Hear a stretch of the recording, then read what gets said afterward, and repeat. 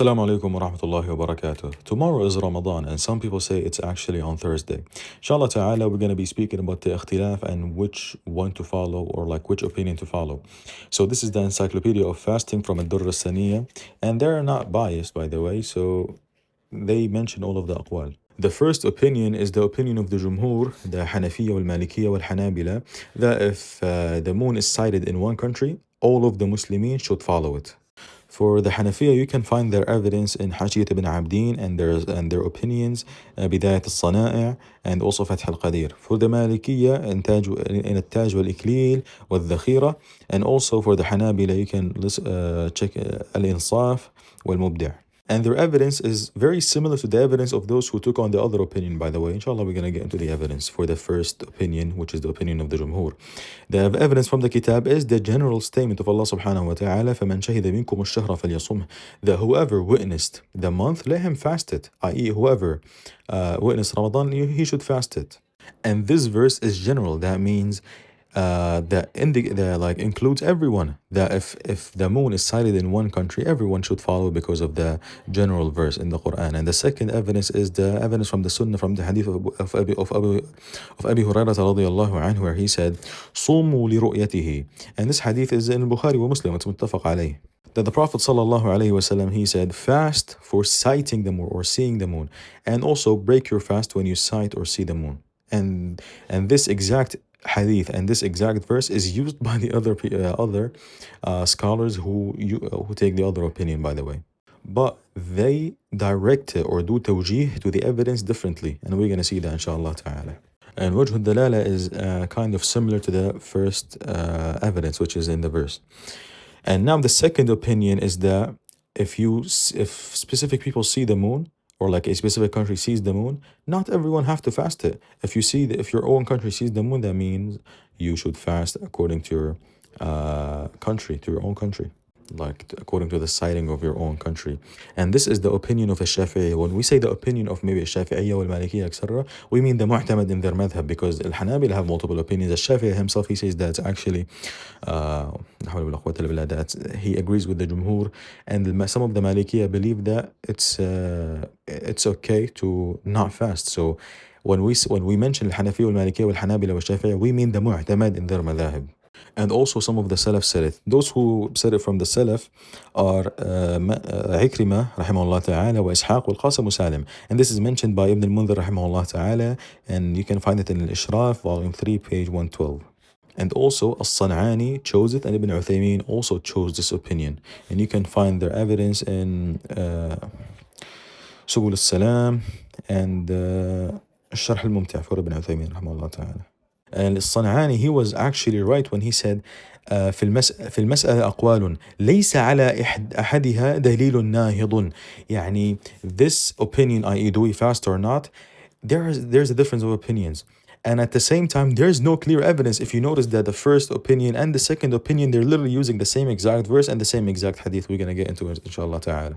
So first, they quoted the verse from the Quran where Allah subhanahu wa ta'ala said, فَمَنْ شَهِدَ مِنْكُمُ الشَّهْرَ فَلْيَصُمْ. Whoever witnessed the month of Ramadan, he should fast it. So how did they direct this evidence? They said, Allah subhanahu wa ta'ala said, whoever sees it, he should fast. And some of the people in different countries, they did not see it, so they should not simply fast. And the other hadith of Abu Hurairah radiallahu anhu, the same exact hadith that the first opinion quoted, is صوموا لرؤيته وأفطروا لرؤيته. And this hadith, as we said, it's muttafaq alayh. That fast when you see it, i.e. the moon, and break your fast when you see the moon. They directed this hadith by saying the Prophet sallallahu alaihi wasallam said that when you see it, fast. And those who live in a different country, right, they did not literally see it. And they do not take the hukum of those who actually saw it. So why should they fast? When we say hukman, that means you take on the ruling of those who witnessed it. For example, if someone is hadir, right? Like he should be present in front of me. But the person who is on the phone with me, he takes on the hukum of a hadir, in some cases. So just to be clear. And now the other evidence that is used for this, for the second opinion, that you actually don't have to fast with others, is the opinion of Ibn Abbas rahimahullah ta'ala wa radiyallahu anhuma, where Qurayb was sent by his mother to Muawiyah radiyallahu anhu, so he can do some stuff. And on Friday, they saw the moon. and they saw the moon on Friday in Damascus يعني. So they fasted. Muawiyah radiallahu anhu fasted, and the people fasted. Qurayb then he went to Mecca to see Ibn Abbas radiallahu anhu because he wanted to go back home. And Ibn Abbas asked him, like, did you see the moon? He said, yes, we saw it on Friday. He said, Ibn Abbas radiallahu anhu told Qurayb, did you see it yourself? He said, yes, I've seen it myself. So on Friday. And so Ibn Abbas radiallahu anhu said, we've seen it on Saturday. Then Qurayb rahimahullah ta'ala, he said, isn't it enough that we just fast by the fasting of Muawiyah and break our fast by the fasting of Muawiyah? Ibn Abbas said, no, we should follow what the Prophet sallallahu alayhi wa sallam told us, i.e. this hadith, صوموا لرؤيته وأفطروا لرؤيته. And by the way, they should have mentioned how those who held the first opinion directed this hadith, but they didn't do it here. And also they did qiyas simply by saying that some of the Muslimin they differ at what time they should break their fast, and it's a daily matter. So it happening if it happened once a month, so what's the issue with that?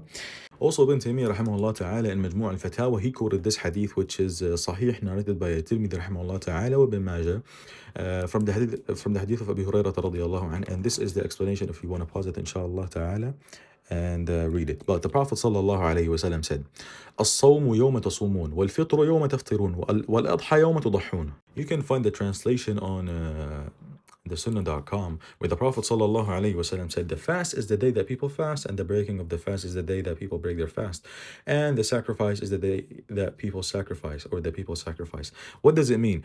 Some of Abu Isa, yani Tirmidhi rahimahullah ta'ala, he explained this hadith by mentioning what the scholars said before him. He said, وفسر بعض أهل العلم هذا الحديث فقال إنما معنى هذا أن الصوم والفطر مع الجماعة وعظم الناس. Some people of knowledge interpreted this hadith by saying this hadith means that you fast with the people and you break the fast with the people, i.e. the jama'ah, the majority of the people. And if you open Majmu' al-Fatawa for Shaykh al-Islam, Allah yarhamu, volume 25, page 115, it says that he was asked about this matter, and he mentioned a couple of the opinions, some of the what we've mentioned يعني. And he said, والثالث يصوم مع الناس ويفطر مع الناس وهذا أظهر الأقوال. يعني this is the best opinion according to Ibn Taymiyyah rahimahullah ta'ala, and he's using this hadith as evidence. لقول النبي صلى الله عليه وسلم صومكم إلى آخره. And you can find the quote here, you can inshallah ta'ala read it yourself, but I just wanted to summarize what he said. And it's weird that the Durr al-Saniyah did not mention his opinion, i.e. Ibn Taymiyyah rahimahullah ta'ala, because they usually mention his opinion. But maybe he has multiple opinions regarding this matter, or maybe this is the only matter, but they just did not want to include it, etc. Allahu a'lam. And they usually mention Ibn Baz and other scholars, but maybe this is a tight matter, so they're more than enough by just mentioning the opinions of the madhahib. So the evidence on this mas'ala is very tight. It's not that clear, it's not that clear, so both interpretation could be valid in a sense. But to be honest, the first opinion, i.e. that if a country sees it, the rest of the countries should follow it too, this is what I hold to. And this is the safest position to follow. At the end of the day, this mas'ala is the ijtihad, and it's going to happen again at the end of the month. When should we break our fast? Is it 29 days or is it 30 days? And this happens annually. So inshallah ta'ala, look into the matter yourself. If you don't have a clear opinion to follow or clear position that you want to hold to, ask a person whom you trust his knowledge and his religious practices, and inshallah ta'ala ask him and follow him, or follow your country, or follow and we give you the opinions, khalas. And don't tabdi' and don't takfir and don't go crazy over this mas'ala, by the way. It's not that clear, so that's what I wanted to inshallah ta'ala comment on it. And I ask Allah subhanahu wa ta'ala to make it easy for all of us and focus on making ibadah, praying and praying taraweeh, and doing istighfar, asking Allah subhanahu wa ta'ala to forgive all of us, and also recite the Quran as much as you can. And I ask Allah subhanahu wa ta'ala to make it easy for all of us. Wassalamu alaikum wa rahmatullahi wa barakatuh.